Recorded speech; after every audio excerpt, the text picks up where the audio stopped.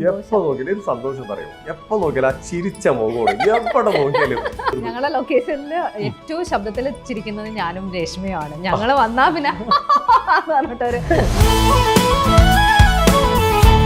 രേഷ്മേനെ വിളിച്ചാൽ പറ്റും. രേഷ്മേനെ വിളിച്ചു നോക്കാം. പാവ അവളില്ലാന്നങ്ങനെ പറയൂ.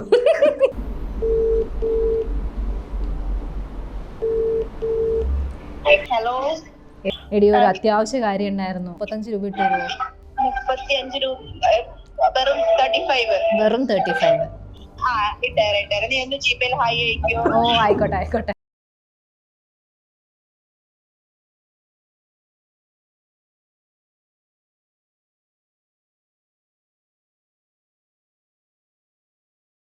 അച്ഛനിങ്ങനെ ഒരു ദിവസം പെട്ടെന്ന് കുഴഞ്ഞു വീണ് ആശുപത്രി കൊണ്ടുപോയി. അപ്പം തന്നെ അച്ഛൻ മരിച്ചു. അങ്ങനെയായിരുന്നു. രാത്രിക്ക് എന്നെ വിളിച്ചിട്ട് പറഞ്ഞു ഇങ്ങനെ അച്ഛൻ മരിച്ചു എന്നുള്ളത്. അപ്പം നമുക്ക് അച്ഛന് ഒരു പ്രശ്നമില്ലാത്ത ഒരാൾ എന്നെ എപ്പോഴും വിളിക്കുന്ന എന്തായാലും അങ്ങനെ ഇങ്ങനെയാണെന്നൊക്കെ ചോദിക്കുന്ന ആള് പുള്ളി മരിച്ചു എന്ന് പറഞ്ഞാൽ എനിക്ക് വിശ്വസിക്കാൻ പറ്റില്ല. ഞാൻ സ്വപ്നം കാണുകയാണ്, ഇതൊന്നും നടന്നിട്ടില്ല, സ്വപ്നം കാണുകയാണ്, ഞാൻ ഉറങ്ങിക്കൊണ്ടിരിക്കുകയാണെന്നുള്ളതായിരുന്നു. എന്നാൽ അത് കടന്നു പോവാനാണ് ഭയങ്കരമായിട്ട് സ്ട്രഗിൾ ചെയ്തത്.